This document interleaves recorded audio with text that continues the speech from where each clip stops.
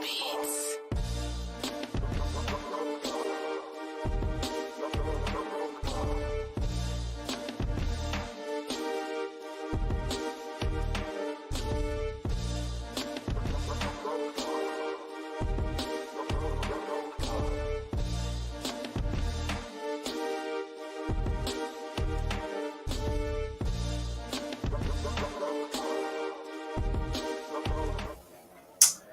What is going on? It is your man Hendo here, and this is the Road Pod. Welcome back. Listen, I ain't here to talk anything real serious. Just wanted to stream a little bit because it's no Ravens football today. So hopefully your weekend has been going well. Hopefully you've been having a good Sunday. Some of you just watched the Cleveland Browns defeat the Pittsburgh Steelers. Now to some it's good, to some it's bad. I told you before the season started, Cleveland was going to be a problem, and that was before the Nick Chubb and the Deshaun Watson going down. But we're not here to discuss that. We're not here to discuss Kenny Pickett and the Squealers looking like complete frauds. I'm pretty sure that my man Suge ain't going to show up for this stream. I'm pretty sure he ain't going to show up. But hey, look, we just here. I just came here because, listen, I've been having an extremely good week. Like, this week for me has been better than most. I got a new job, which start tomorrow. I'm a few weeks away from being remonetized by YouTube. So there goes that money. Let's see. Friday was a wonderful day. Cut the grass. Like it was a beautiful time. Beautiful time. My University of Miami lost. Florida State won. I'm not sure if the University of Florida lost, but it's been like a wonderful, wonderful weekend. And also the Ravens won on Thursday Night Football, beating the Cincinnati Bengals 34-20. Marking the first time, I can't remember how many years, that the Baltimore Ravens have scored 30 points in 5 consecutive games, which ties a team record. But I didn't really come here to talk about that Bengals game. I think that's something that we'll do later on if I decide to stream, because this is a holiday week. And I think that I should get some free time off. So I shouldn't have to stream later tonight. I should be able to enjoy Sunday Night Football. But that's neither here nor there.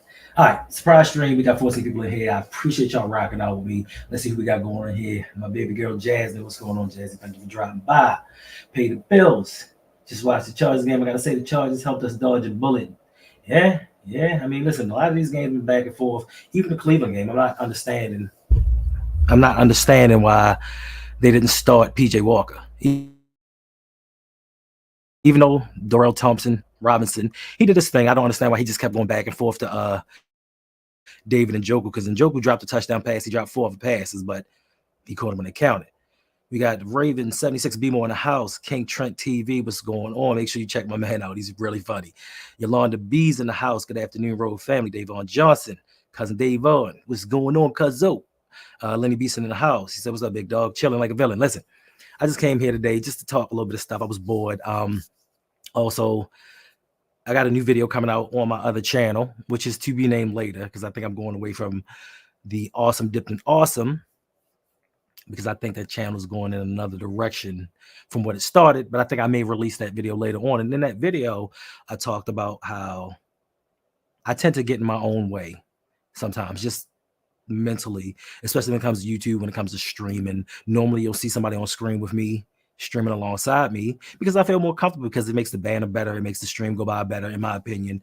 And I don't want to disappoint the people. But I said to myself, listen, you got to get off that track. You got to move forward, and you got to start doing more of what you know you need to do. So here I am doing my thing. What's going on? Yes, indeed. Let's go Ravens, baby. Living Big Reg, what's going on? Danity's in the house. What's going on? So I just really came to talk about some things that transpired this week and its correlation with Lamar Jackson and the Ravens. And it really hit me last night. So first, Thursday, we had Mark Andrews go down. Joe Burrow, of course, is out for the season. Then Saturday night, my Florida State Seminoles were playing South Alabama, Eastern Mississippi. I don't know. They were playing some team that really didn't even matter the game. But what ended up happening was Jordan Travis, he got injured. They landed on his leg with the same kind of tackle that took out Mark Andrews, the same kind of tackle that injured Lamar Jackson.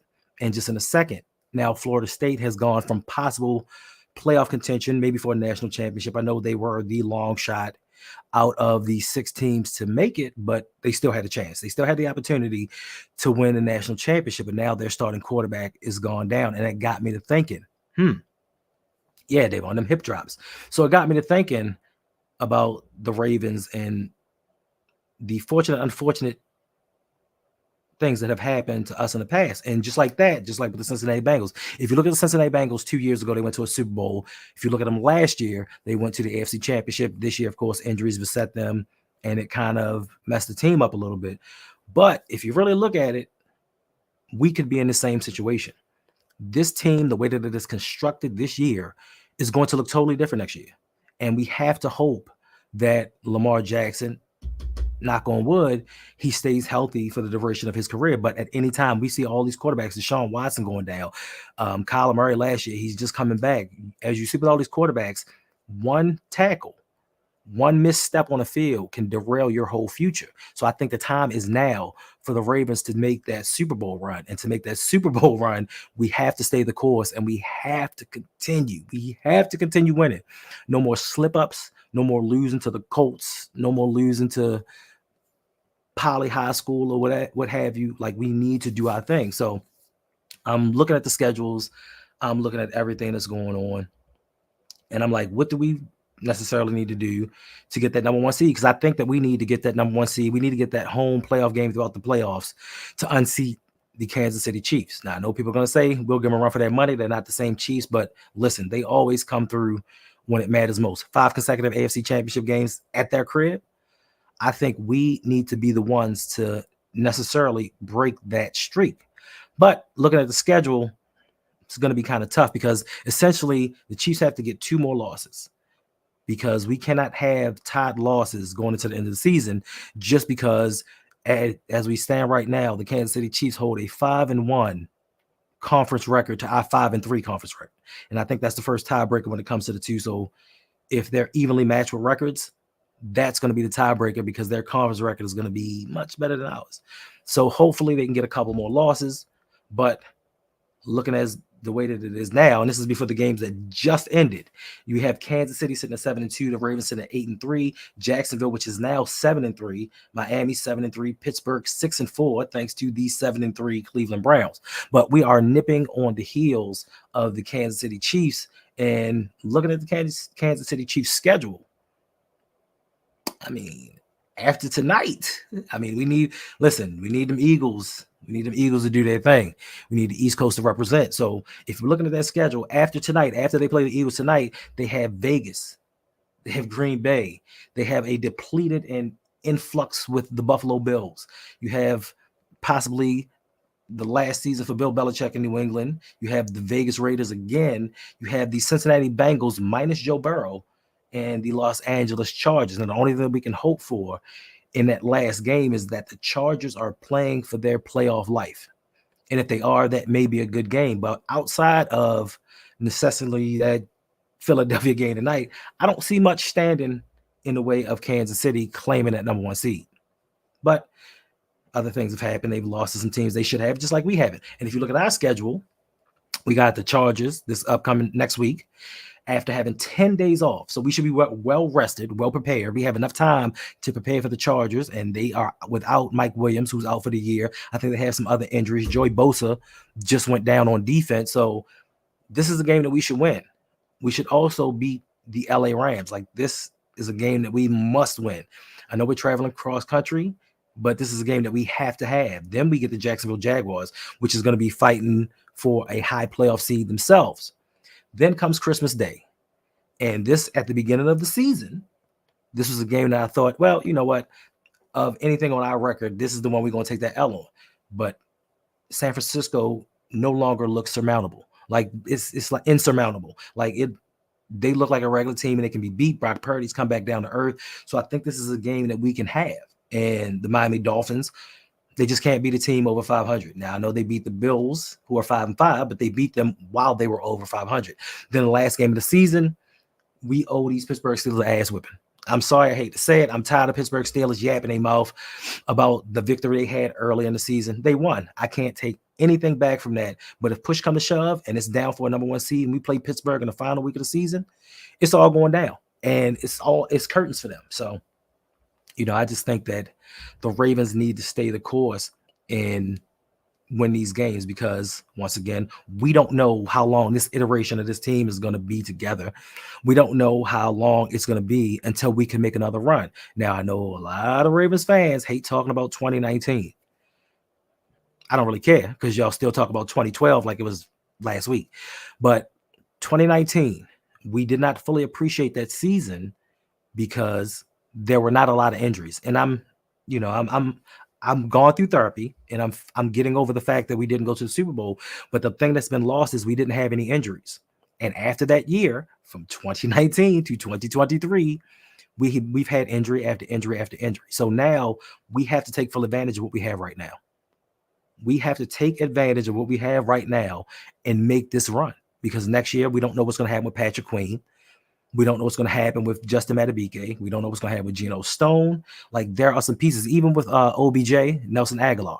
They're gone. We don't know how healthy Mark Andrews is going to be. We don't know if he's going to come back the same Mark Andrews, because if you looked at Mark Andrews at the beginning of the season up until last week, he ran with a limp. Like, he wasn't the same Mark Andrews that he was. So we have to kind of take advantage, and we need this coaching staff as well as these players to get on board and do what they need to do. Danny says this is a cakewalk for them. It's a cakewalk for who? Us or the Chiefs? And to your point, Davon, this is the factor that scares me the most. For all of these years, we watched Patrick Mahomes and his offense take care of business. I think the Chiefs' defense is ranked number 4 in points per game allowed, and their defense has finally caught up their offense. Luckily for everyone else in the league, they don't have a wide receiver that can get it done. I don't know. So hopefully we can kind of sort this thing out and get it done. I didn't really have much for y'all. I just wanted to talk about that for a little bit, just because I didn't feel like recording a video. I didn't feel like editing it and going through that motions, because that would have taken me way longer than it is just to get on this camera and just speak. But I think I got one more thing for y'all. Let me look.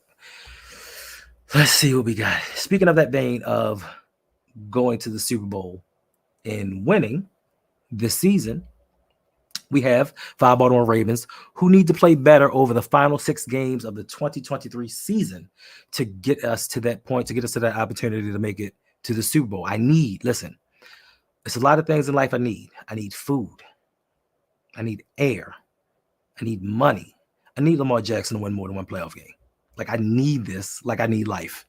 Like, I need my quarterback to do something to quell some of the naysayers. Like, we know that Lamar is never going to shut everybody up, but I need his teammates to help uplift him like he's done and put them on his back for the last 6 years. I need his teammates to show up and get Lamar at least to an AFC Championship game. Once again, I know it's not going to shut everybody up, but it'll quiet the narrative a little bit, because I had a video lined up talking about how the national media to me is dead because of how they portray things, how instead of speaking facts or spitting the truth like they used to, like you used to watch Sports Center and all these other ones, and they would just report the news. Nowadays, you have people giving think pieces and people giving their opinions. And I actually have it queued up. I just didn't do it, but I have it chronicled with Stephen A. Smith and Shannon Sharp, and how one week they'll speak bad about Lamar, next week they'll talk about him glowingly, the next week they'll switch it back. Now, after this win versus the Cincinnati Bengals, I intentionally watch all the sports shows. I watch every last one of them from beginning to end, and I don't normally watch them. And I watch them from beginning to end. And I guarantee you, for an hour, each one of these shows reported on Joe Burrow being injured, or they reported on Stephon Diggs and his brother's Texas. Nothing was stated. They didn't even cover the Bengals Ravens game. And that's what got me. It was like, if Lamar would have went out there and he'd have thrown for 92 yards and had 3 interceptions, it'd have been front page news. But they didn't speak about it at all. And I also didn't appreciate the fact of when we were watching Prime Video, at the end of the game, they put up Lamar's stats. It was like 16 for 26, 264 yards. But in parentheses, it had 164 yards after the catch. Who did they do that for?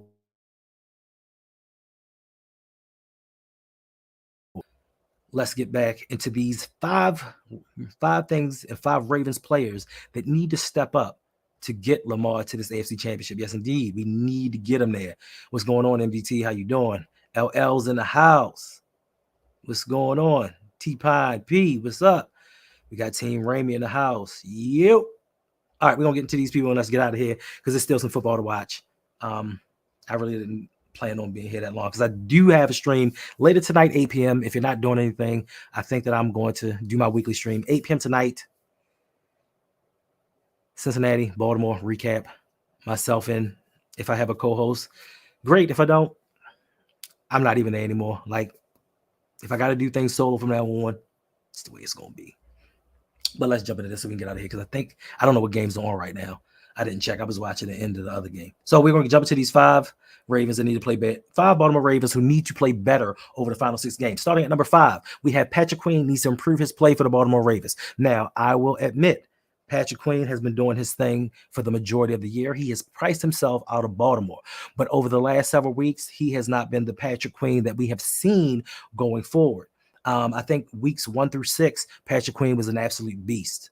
But from 6 to 11, things have been a little sketchy. I think from 6 to 11, he's missed about 10 tackles, especially in that Cleveland game. He missed 5, 6 tackles in that game alone. Thursday night, they exposed him in coverage. Now, granted, he's been playing like a beast. I can't take anything from him, but we need the Patrick Queen of the first 7 weeks if we want to take that step forward. Listen, I ain't got nothing against your man. And what about? What's that? Yes.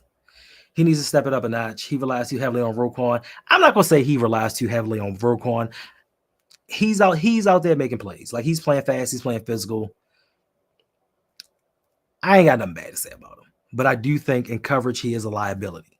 And to an extent, sometimes, most times, I might have to whisper this, but Roquan is a liability in coverage too. I'm just saying. What's going on, Rudy B. Moore? He says, hey, yo, we need a tight end bad. Yeah, we do. MDT says, you think we can win the whole Super Bowl? Why can't we? We dominate teams. But this is the problem that I have with the Ravens. We are Dr. Jekyll and Mr. Hyde. 1 week, we look like the best team in the NFL. And in the next week, we look like we were back in Jimmy Clausen days. We look like we're back in the Kyle Bowler days. Like, I just can't understand this team sometimes. And like I said before in another video, we like being underdogs. As a franchise, we love the underdog title. We love having that feeling of proving people wrong because every time we're put in the alpha position, it reflects leadership. But every time we're put in the alpha position, every time we're front runners in the league or anybody starts talking about, yo, can the Ravens be the best team in the NFL? That's when we falter. We could tomorrow say, they could say the Baltimore Ravens are the best team in the NFL, and they can go out and play the University of Maryland and probably lose. It's just a reflection of leadership. But I do think that if health be right and we can kind of figure some things out, I think we can win the Super Bowl.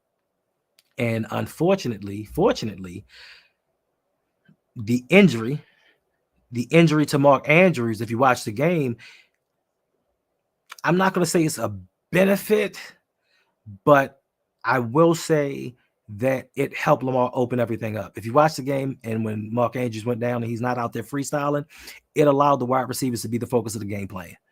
And they were all out there eating. And I think that this will make for a better offense because just like, I can't remember what year it was in basketball, I keep saying it's the Atlanta Hawks. When the Atlanta Hawks had Josh Smith, and he was their best player, but they had a bunch of role players, Kyle Korver and a bunch of other guys, teams didn't know who to key in on. They didn't know who the closer was. They didn't know who they needed to stop. So at any given night, somebody could beat you. And I think that's what's going to happen with this passing game. Being that Andrews is down, they don't know who to stop because now you can't just key in on one person. And I think that if the coaching staff takes this to the right place, if they coach it up properly and this offensive line holds up, hell yeah, I think we can win the Super Bowl. No doubt. All right. Shout out to limited energy drink for the $20 donation. It says, thanks for the pop-up stream. We'll see you back here tonight at 8 p.m. on the Rogue Pod. More live streams. It's hashtag more live streams. We might be getting more live streams. Like I might be doing a little bit more. I can't say, but shout out to you for the $20 donation if you want to be awesome. Like limited energy drink, there is a pin link in the comment section, and you can donate to the channel and have your comments highlighted on screen. Also, it helps the channel and it goes to your loyalty points. And if you're new to the channel, what loyalty points are is just hanging out in the stream with us, donating, commenting, subscribing to the channel. It gets you loyalty points. And at the end of the month, we give out a prize to everyone. But appreciate you for that one. Right, DDSQ, what's going on? It says, what's good? I think Andrews going down is going to be good for the receivers. I'm not the only one that saw that. Andrews can be taken away in the playoffs. It's not that Andrews can be taken away in the playoffs. Andrews disappears. Like he drops passes, he disappears. He's not that elite tight end that the Baltimore Ravens fans like to make him out to be. Is he very good? He's very good. I would love to have him on my team, but he's not a difference maker like most people think. When you have somebody that's a security blanket and somebody's always getting you the ball, you look a lot better than you are. Now, granted, I take nothing away from his 1,400-yard all-pro season, but other than that, he's been above average. And there are several tight ends I would take above him, but like DDSQ said, this is going to allow the offense time to spread it out and do more things. What's going on, Seven Scott? Appreciate you for dropping by. It says spread offense with likely might shred the absolute hell out of the league. Mitchell will get more open looks. It's possible. Could look like Lamar in college all over again? I hope so, but this is the thing that Todd Marcus said before the season. He said we're going to implement plays. We're going to do things like he did in Louisville. Like I don't understand, and this is a problem that I have, and excuse me, with the older white coordinators. They love to take players and fit them into their system instead of fitting their system around their players. If you could look through Lamar's college tape and see what he does well and emulate that to the NFL and kind of configure it to where it works, it's better for us instead of saying, do this, do this, do that. Look at what Cleveland did with DTR. You have a rookie, talented quarterback in there, and they fit the game plan around his skills. And they won, albeit it was the offensively deficient Pittsburgh Steelers. They tailored the game plan around him and they won a game. And these are the things that we should be doing as a franchise all the time. We should be tailor making our offense to Lamar Jackson and not just him running. He should not be our leading rusher throughout the season. And yes, we definitely play better when we're underdogs. And I hate that about us. Like, I hate that. Like, we can't just go out there and be a dominant team week in and week out and just beat the hell out of people. We should have several Super Bowl titles. And I hate to say it. It's because of leadership. It's because of that head coach that everybody thinks is so wonderful, but all the time he stands on the sideline looking like Dave Chappelle. And he did it again Thursday because we were me, Jose, and Brady were recording. We sitting there looking at him. He just standing on the sideline looking stupid. But that's just my opinion. Z the Beast, what's going on? Appreciate you for dropping by. Listen, let me finish up this and get up out of here because I do have a stream to get ready for if I'm going to come back at 8 o'clock. So where do we stop at? We stopped at 5. So number four, the Baltimore Ravens' depth at corner will be tested. I think our depth at cornerback has already been tested. Marlon Humphrey going down. We got rid of Marcus Peters. Rock Yassin has been a bust. Ronald Darby, he came in this last game and looked pretty good. I don't know what's going on with everybody else. They even played Jalen Armour-Davis for a stretch. Now, what happened to Pepe Williams? He was supposed to be on IR for a few weeks. After the 4 weeks, be reevaluated and come back. I haven't seen that kid all season. I haven't even heard his name mentioned. This is another cornerback bust. Now, I have to give credit where credit is due. Make fun of him, joke him, whatever. Brandon Stevens has been balling. He, in game 11, this is week 11, in game 11, he just gave up his first touchdown of the season. And granted, it was only like a 4-yard touchdown. So Brandon Stevens has been the only consistent one in that secondary balling outside of Geno Stone.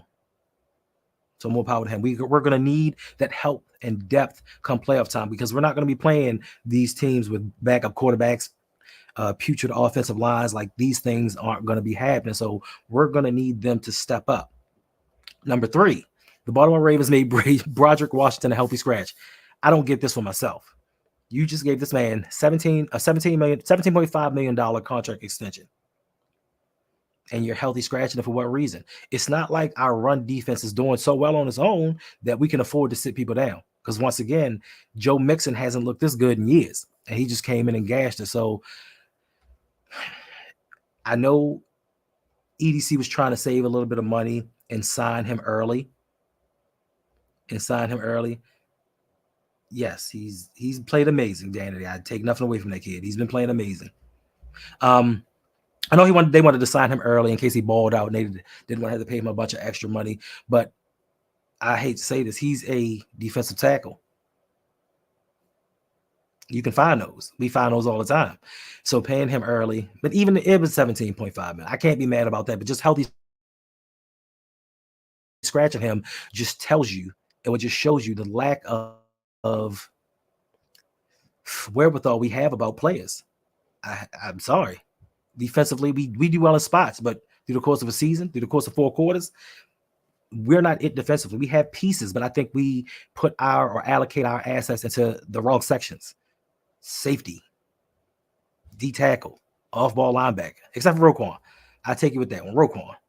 I give you that one, but I just think we allocate too much into the wrong pieces instead of offensive line, wide receiver. Now I know we went out and got what we got, but we could have done better. We could have done more. And we'll see come playoff time. All of this stuff is fine and dandy for right now.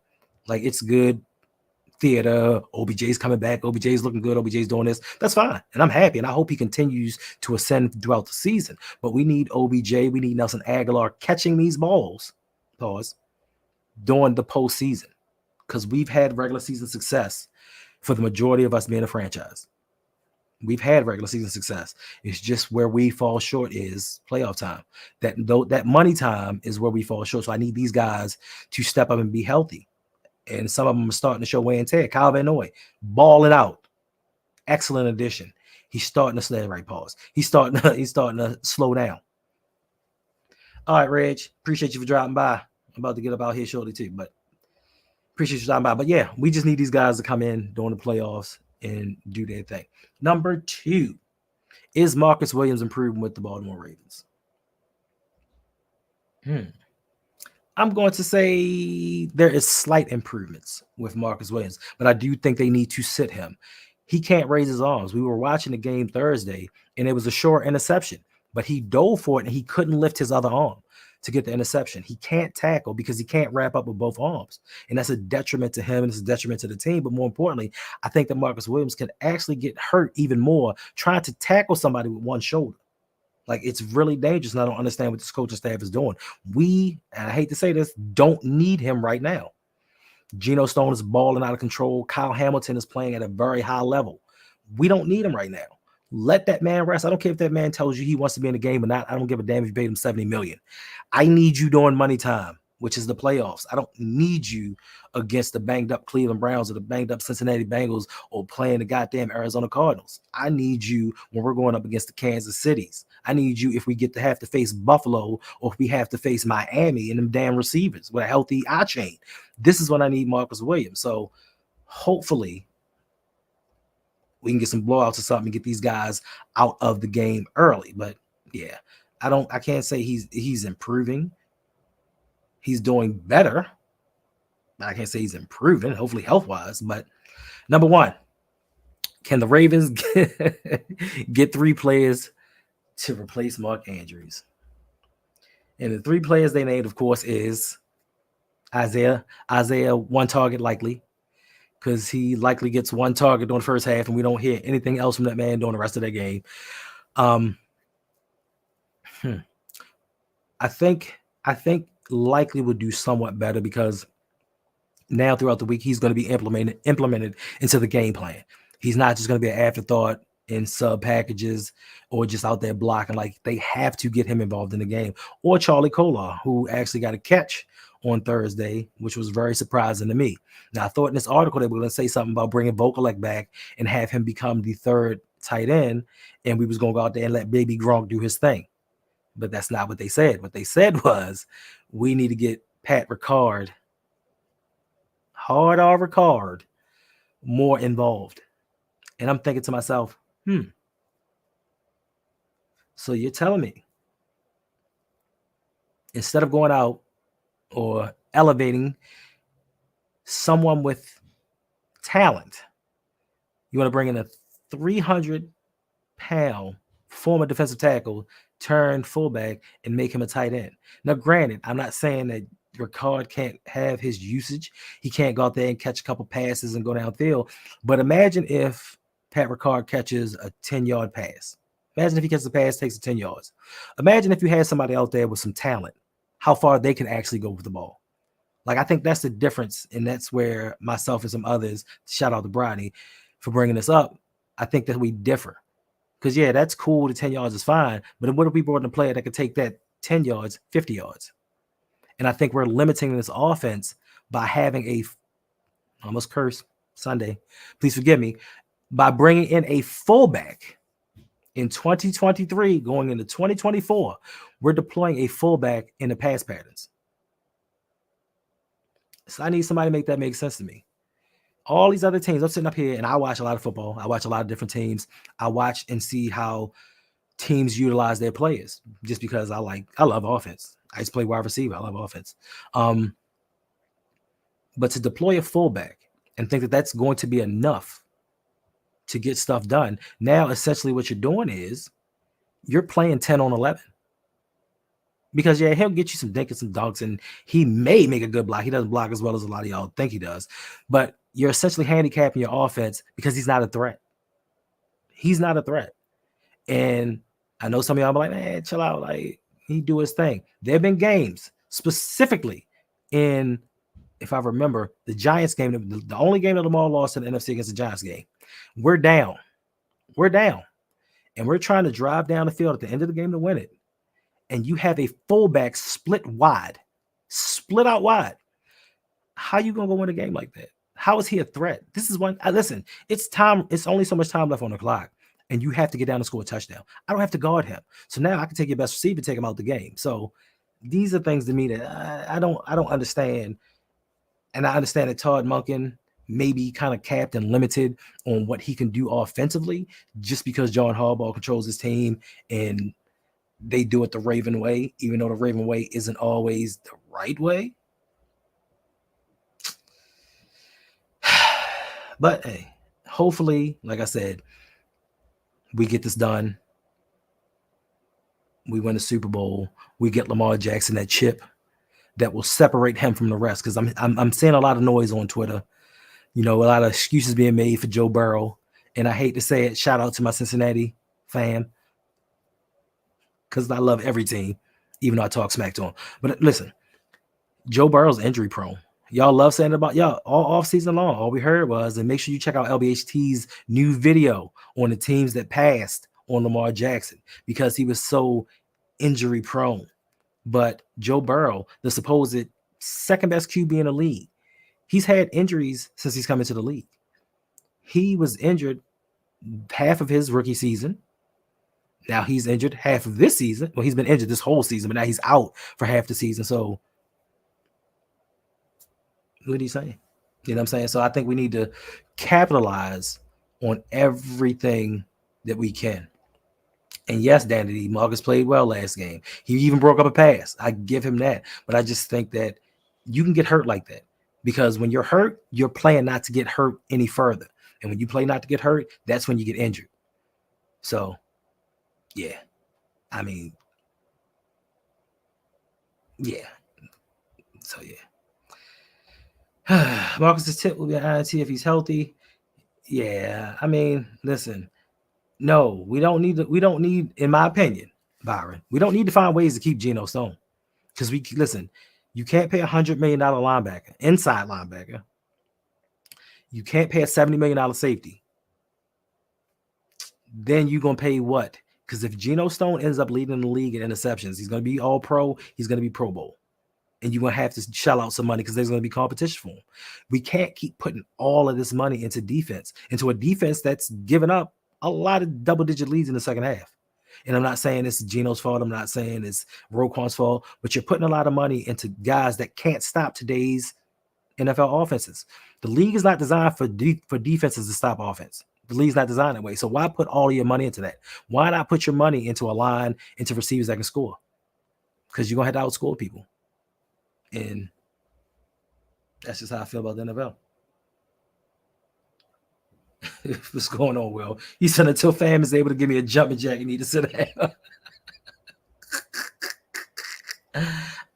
What's going on? This is my son. This is my son with his new channel name. Make sure you check him out. Mizzy YouTube over there doing his game in action. Appreciate you, son. Thank you for stopping by. And Lana says, I saw the X that a replacement for Mandrew should be Gronk. Yeah, no, Gronk is retired. Gronk has lost a lot of weight. He's trying to heal up. He's trying to do his thing. You know what I mean? Let that man retire. Because once again, we need sustainability. We need somebody that's going to come in and stay for next season just in case Mark Andrews does not come back complete or completely healthy. So we need somebody that carries over. This is one thing, and I'm not sure. I can't remember if we did voided years for Odell Beckham Jr. because if we didn't do voided years for Odell Beckham Jr., that cap hit for next season is going to be something else. Something else. You said Polly. I say Lake Clifton. Yeah, I mean, I feel you. I don't like either one of them. You know what I mean? You know what I mean? Baltimore City high forever. Them Knights. Danny says Ricard is fine where he is. Like Nicole need to step up. They look like ants being stepped on. Facts. And of course, my son feels like Isaiah can do something simply because he has to get involved. And I hope he's been improved considering the inconsistent years he's had. Listen, I know that's your boy, and I know you like Isaiah likely, but to me, he's unlikely to make an impact. And he's more likely to drop a pass or get a penalty on holding because he can't block. So if you can't block it, you can't catch. Yeah, and please don't listen. I'm tired of them bringing back Eric Thomason. I don't know if y'all remember, but I remember Eric Thomason in that game that was quarterbacked by RG3. And we played Pittsburgh. He dropped the game-winning touchdown. I never forgive him for that. Like, he was wide open. He dropped the game-winning touchdown. Don't bring him back. He's garbage. Max Williams, he was never that guy. I don't know why they drafted him in the first place. They saw a Todd Heap clone and thought he was going to come in and be that. He wasn't. He wasn't. All right, let's see. Let's get a couple more and get up on out of here. He says, I could not believe the Ravens are not working with tight end Vokalek. He is a big target and long arm and catches the ball well, and it's hard to tackle. Yes, because just like with most Ravens fans, we hate talent. We hate excess talent because the first thing that somebody's going to say is, hey, if we go out and elevate Vokalek to the 53-man roster, how is likely and Colo going to get their targets? How are they going to get their targets with him around? My thing is bring in competition. May the best man win. If Vokalek is best, let him play. We want people in here that's going to help this team win. We don't just want people in here for the sake of, I want Bateman to get his numbers. I want Zay Flowers to get his touches. I want whomever is going to help us win the game. So talent be damned. Bring in everybody you can. I don't care if we're bringing a goddamn all-star cast. Bring in anybody that you can find to help us win because I need us to win the Super Bowl this year. Because I don't know what the next iteration of the Baltimore Ravens is going to look like. I don't know what this team or who this team is going to be comprised of next year. We don't know what it's going to look like. Look at the Buffalo Bills. A couple of years ago, the Buffalo Bills were 13 seconds away from making the AFC Championship game. 13 seconds. And that 13-second blip changed the course of their franchise. Because now look at them, they're in turmoil. If you'd have told me then, or if you'd have told most people then, hey, a couple years from now, y'all are going to be an issue. Y'all going to be at 500. You're going to have lost to Zach Wilson and the Jets. Like you're going to get pounded by the Jaguars, and just not be the team that you thought you were. Somebody be like, yo, you crazy. Not the Buffalo Bills. They have Josh Allen, Stephon Diggs, Tre'Davious White, signed Leonard Floyd, got Von Miller. They're not crazy. They're not going to look like that. And look how they look. This could inevitably be us at any time. At any time. We did 4 years from, thank goodness. This could be us. This could be our future. We don't know. So we have to win right now. What's going on, Alan? He said, did you see the Patrick Queen, Jermaine Pratt beef? I didn't. Because listen, there's no beef that Jermaine Pratt could win with us. Yeah, on Twitter, there's no beef. I saw it and was like, I don't even need to look at this. There's no beef that they could win. Because I think it was over Jamar Chase being strapped up. I think that's what it was about. And Jermaine Pratt was trying to defend it or whatever. I don't care who it was. Listen, I don't care if it was a team collective. Your man had 2 catches for 12 yards. He's strapped down. Like, except for that first game, where he had 215 yards or whatever he had, Jamar Chase has not played well against the Ravens. It's just simple facts. He has not had a good game against the Ravens. So, let them talk all they want. One thing that I know, one thing that I'm for certain of, the Ravens will be in the playoffs and Cincinnati won't. So Jermaine, Jamar, Joe, whomever, y'all can sit at home and use your Twitter fingers to death. All I know is my team going to be in the playoffs. AJ says, I feel like we proved so much closing out the games and Andrews got injured in the first quarter. Plus, it really shows the improvement of OBJ has been for us. Yeah, I mean, he's finally starting to get healthier. And I think that they're starting to utilize him. And also, they're going deep a little bit more. We've chronicled the struggles of Lamar Jackson throwing deep. But I think that we've said it comes with volume. You can't throw one deep pass a game and say, oh, he missed it. He missed it. But as we see, the more that he does it, the more consistent he is at it. And it opens up. Listen, defensively, it opens up. If they don't know whether or not you're going deep, it opens the defense up. And it gets people open. And then once again, when Andrews going out, it got people wide open because you don't have Andrews out here on the corner freestyling routes, doing what he wants to do, messing up other people's routes. So it frees people up because people were wide open all day long. Yes, cousin David.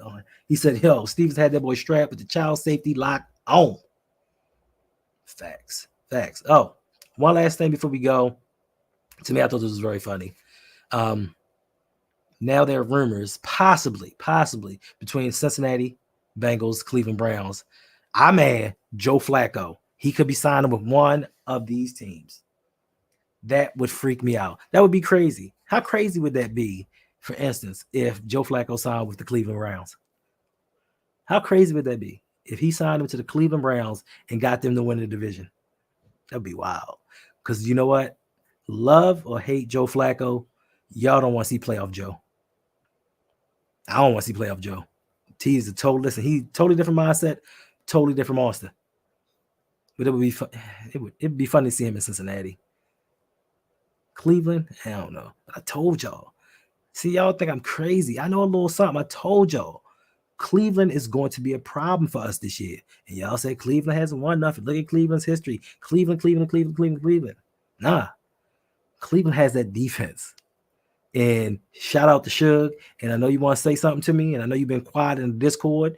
You ain't been saying much. But today was the difference between Myles Garrett and TJ Watt. Not saying TJ Watt isn't an extraordinary player, but when his team needed it most, Myles Garrett showed up and showed out.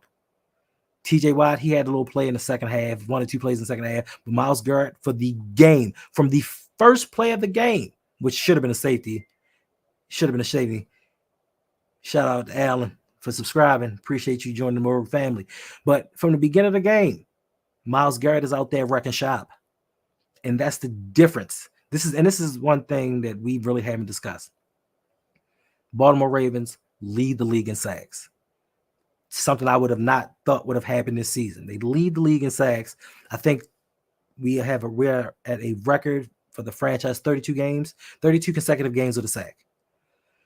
But the one thing that we lack defensively, and I'm not sure if Owe is becoming that. Yes, Yolanda. I'm not sure if Owe is becoming that because I think he has 4 sacks in his last 5 games. But we lack that pass rusher that we know when a game is on the line, he's going to take over. We don't have that TJ Watt. We don't have that Myles Garrett. Like, that's the one person that we don't have. We don't have that Trey Hendrickson. We have a collection, like Atlanta Hawks. We have a collection of guys. You don't know where it's coming from, but we don't have that one guy that we know come playoff time, he's getting to your quarterback on that 3rd and 7, and we need to get off the field. So there's that. Y'all keep going. Like, y'all, listen, I appreciate y'all, but y'all do know I'm coming back at 8 o'clock. Y'all do know that? Or is this good enough? Is this good enough? Do I not have to come back? Do I get the rest for my holiday season? Can I take off? Because I do think, let's see, what do we got? Monday night, Sip to Tally. We got the Ravens Roundtable with Coach Evans. Tuesday, Electric Relaxation, I got with Mr. Galloway, where we're going to interview Coach Evans. Stay tuned for that. 8 p.m. Tuesday, Electric Relaxation, Mr. Galloway. We're going to interview Coach Evans. Coach Evans. Appreciate you for dropping by. Yeah. And I don't think I have to stream with them on Wednesday. I don't know. I think I got like 4 streams this week. I mean, I said possibly. I said, listen, this could be. What's going on, Darcy? Appreciate you for coming through. Yeah. All right. So I'll be back 8 p.m. tonight. Yeah. Appreciate you, Danity. Appreciate you for always coming through and supporting. Listen, I'm proud of you too, son. I'm proud of you too, and I love you, and I miss you. And I wish I talked to you more. But I appreciate you for coming through the stream, son. I haven't seen you in here for a minute, and your sister was in here earlier. 8 p.m. tonight. I guess we'll go over the Cincinnati game. And maybe talk some more stuff. Talk about whatever you want to talk about. We can talk about the new channel. The new channel that's all about me. You know what? I might just change the new channel to Hanging with Hendo, because I can't really think of anything that encapsulates what the new channel is. The new channel is about. But once again, what's going on? So once again, the channel is about myself, my journey through YouTube, and me taking this YouTube thing further and turning this into a business and building some things up with LBHT, Coach Evans, all the fellas. Yeah. So I'm gonna drop that video. I guess I'll stop and drop that video now. But as for now, the name of the channel is Awesome Dipped and Awesome. Make sure y'all go over there, check it out. It's me in a different light, not talking football. Like I said, I'm not monolithic. I'm multifaceted, and I have different aspects of my life, my personality, my thought processes. I don't just talk football. Like, I do feel like I have other things to give in life. So appreciate it if y'all jump over there. Check out the channel, Awesome Dipped and Awesome.